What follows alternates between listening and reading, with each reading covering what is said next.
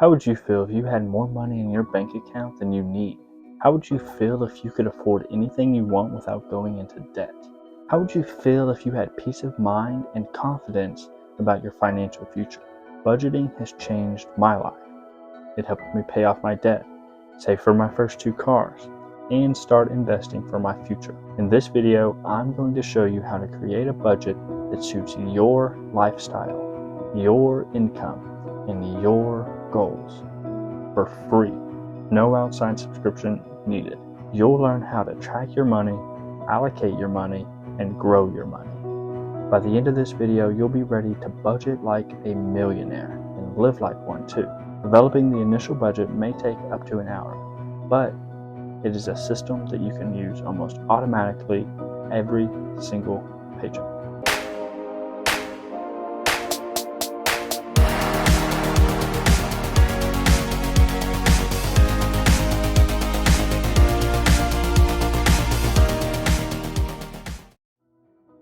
The first thing you need to do is calculate your monthly income and expenses, and also list your financial goals. For your monthly income, we want to start with the income that you receive from your paycheck after taxes are withheld. If you have any other regular sources of income, list those as well.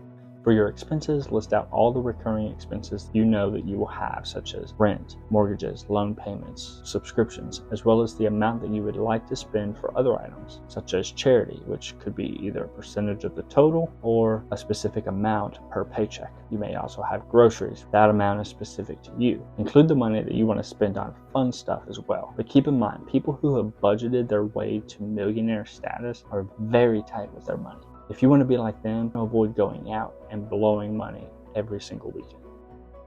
List your financial goals. These could be as simple as buy a house, buy a new car, save for retirement, or save for your kids' college. You need to be saving for retirement. This is a crucial step in budgeting like a millionaire. And unless you never want to own a house, never want to own a car, or don't have kids at the moment, then you should be saving for them as well. List the total amounts that you would like to save for each goal and when you would like to have that amount. Make sure to set realistic and specific goals. Having clear and attainable goals will motivate you to stick to your budget and track your progress. For example, you can set a goal to save $1,000 for an emergency fund within 6 months, or to pay off $5,000 worth of credit card debt in 1 year. Break down your goals into similar steps and milestones, and it will go a long way in helping you achieve. There are 2 financial goals that you should have at first. The first is save an emergency fund. This should be about the same amount as 3 months worth of rent. This is in case something happens and you cannot work. You can still make payments for a couple months off of this emergency fund. The second financial goal that you need to have is to get out of debt. Check out this video for the best ways to get out of debt. Finally, take your financial goals and the time frame that you would like to achieve them and divide them. That way you know about how much you need to be saving per paycheck in order to meet those goals. If the amount that you come up with is not feasible per paycheck, that's all right. Either change your goal, change your time frame, or adjust your budget so that you can reasonably fit that goal into your budget. The next thing you want to do is track your spending and monitor your progress. Set up a simple spreadsheet that allocates your paycheck the way that you desire. For an example on how to set up a budgeted spreadsheet, see the link in the description of how I set up my budget. It is important to check your budget regularly and make adjustments as necessary. I would recommend checking your budget at least 3 days before you get paid. Once you're paid, update your budget and allocate your money accordingly. There are several ways to stay consistent on allocating your money and preventing your spending from blowing your budget. I recommend being very specific with your different spending habits and allocating money to those specific needs. Anything that is left after all your money is allocated can be used for fun, so keep that in mind. Another way to stay consistent and dedicated to your budget is the envelope system. I know cash is kind of old school these days, but if you have trouble with not spending your money, you may want to keep your debit or credit card out of your wallet and withdraw the cash that you need for certain items. Then allocate that cash based on your budget within different envelopes that are marked. And then when you need that cash, pull from that envelope. That way you don't overspend within categories. Next, you need to make sure that you keep track of every time that you spend money and remove it from the money that you've allocated for that specific item. This may be pretty time consuming, so you could use an automated service if you're willing to pay for it. But the discipline that it takes is very valuable and important because you do not want to spend more money than you have allocated. But at the same time, it's okay to be flexible as long as you are still saving money. If an expense comes up that you weren't expecting, you can reallocate your spending money and cut expenses somewhere else. That's why it's important to always be aware of your budget and to always have access to it. Finally, constantly monitor your progress. Check your savings goals and your outstanding debt regularly. This helps ensure that you will not miss payments and can make wiser investments as the markets change. We will talk more about these in different videos, but it also helps you keep motivated to see the progress that you're making over time. While it may seem like you're not making much progress at first, eventually you will see it start to build. And that sense of joy, that's what's going to keep you going. And also make sure that you celebrate your achievements and enjoy those moments. It's okay to splurge every once in a while. The third key thing is to automate your savings and debt repayment. Most direct deposit systems from employers allow you to split where your money goes.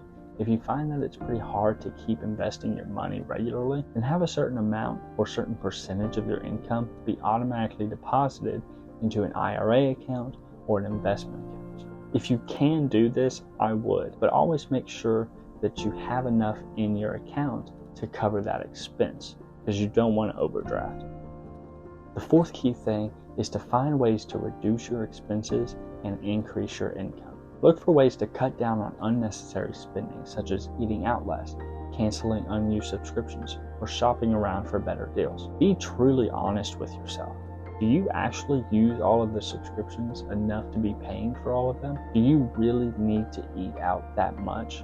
Or can you bring your lunch to work, eat leftovers, or cook? You can also look for ways to earn more money, such as asking for a raise, starting a side hustle, or selling unwanted items. There are so many easy ways to make a little bit of extra money. For example, if you have a car, do some food delivery orders on your way home from work. You can rent out rooms in your house, or even your whole house if you're not using it. There are even websites that you can use to rent out other items like your car or a camera for other people who might need those. If you're trying to get your financial life on track and save money so that you can be a millionaire one day, then you have to be willing to work for it.